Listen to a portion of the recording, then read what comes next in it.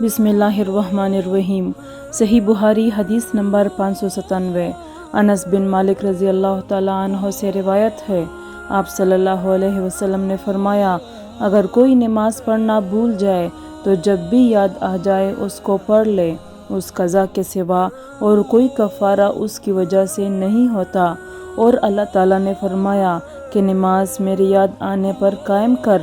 موسیٰ نے کہا کہ ہم سے حمام نے حدیث بیان کی کہ میں نے قتادہ رضی اللہ تعالیٰ عنہ سے سنا، وہ یوں پڑھتے تھے، نماز پڑھ میری یاد کے لیے۔ حبان بن ہلال نے کہا ہم سے حمام نے بیان کیا، کہا ہم سے قتادہ نے، کہا ہم سے انس رضی اللہ تعالیٰ عنہ نے، انہوں نے حضرت صلی اللہ علیہ وسلم سے پھر ایسی ہی حدیث بیان کی۔